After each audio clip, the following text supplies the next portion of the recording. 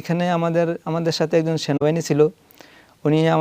উনি আমরা ছিলাম যে ইয়াটার ফ্লাইওভারের যে এটার এই পাশে ছিলাম।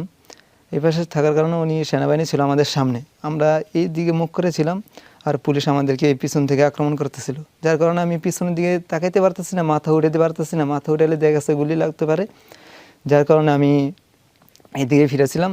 তখন সেনাবাহিনী দেখলাম উনিও চোখের পানি চলে আসছে।